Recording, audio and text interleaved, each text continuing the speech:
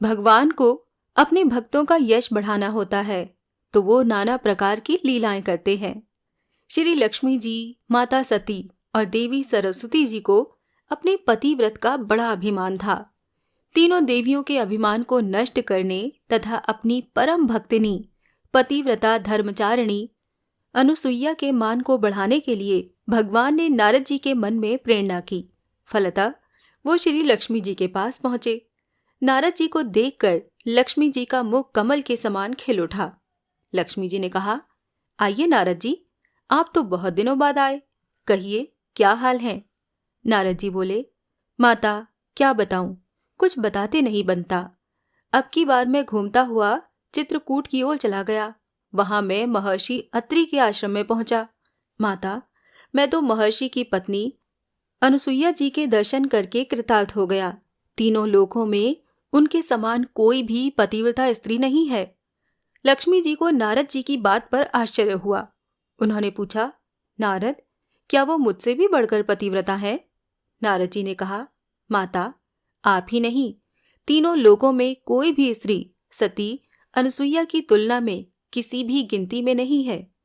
इसी प्रकार देवर्षि नारद ने माता पार्वती एवं माता सरस्वती के पास जाकर उनके मन में भी सती अनुसुईया के प्रति यही भाव जगा दिया। अंत में तीनों देवियों ने त्रिदेवों से हट करके उन्हें सती अनुसुईया के सतीत्व की परीक्षा लेने के लिए आग्रह किया। ब्रह्मा, विष्णु तथा महेश महर्षि अत्रि के आश्रम पर पहुंचे। तीनों देव मुनि वेश में थे। उस समय महर्षि अत्रि अपने आश्रम में नहीं थे। अतिथि के रूप में आए हुए त्रिदेवों का सती अनुसुईया ने स्वागत सत्कार करना चाहा, किंतु त्रिदेवों ने उसे अस्वीकार कर दिया। सती अनुसुईया ने उनसे पूछा, मुनियों, मुझसे कौन सा ऐसा अपराध हो गया जो आप लोग मेरे द्वारा की हुई पूजा को ग्रहण नहीं कर रहे हैं? मुनियों ने कहा, देवी, यदि आप बिना वस्त्र के हमारा आतिथ्य करें तो हम आपके यहाँ भिक्षा ग्रहण करेंगे। ये सुनकर सती अनुसुईया सोच में पड़ गईं। उन्होंने ध्यान लगाकर देखा तो सारा रहस्य उनकी समझ में आ गया।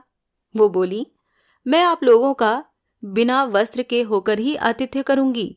यदि मैं सच्ची पतिव्रता हूं तो मैंने कभी भी काम भाव से किसी पर पुरुष का चिंतन नहीं किया हो तो आप तीनों 6-6 माह के बच्चे बन जाएं। पतिव्रता माता अनुसुईया का इतना कहना था कि त्रिदेव 6-6 माह के बच्चे बन गए।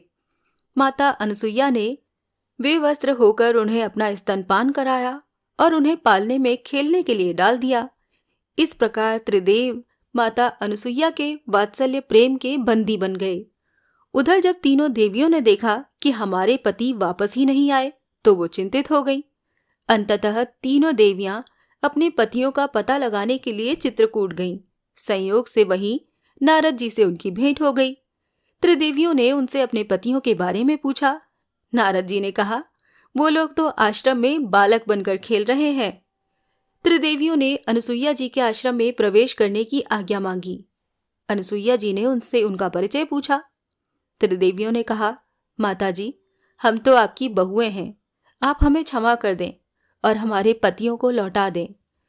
अनुसुईया जी का हृदय द्रवित हो गया। उन्होंने बच्चों पर जल छिड़क कर उन्हें उनका पूर्व रूप प्रदान किया और अंततः उन त्रिदेवों की पूजा स्तुति की।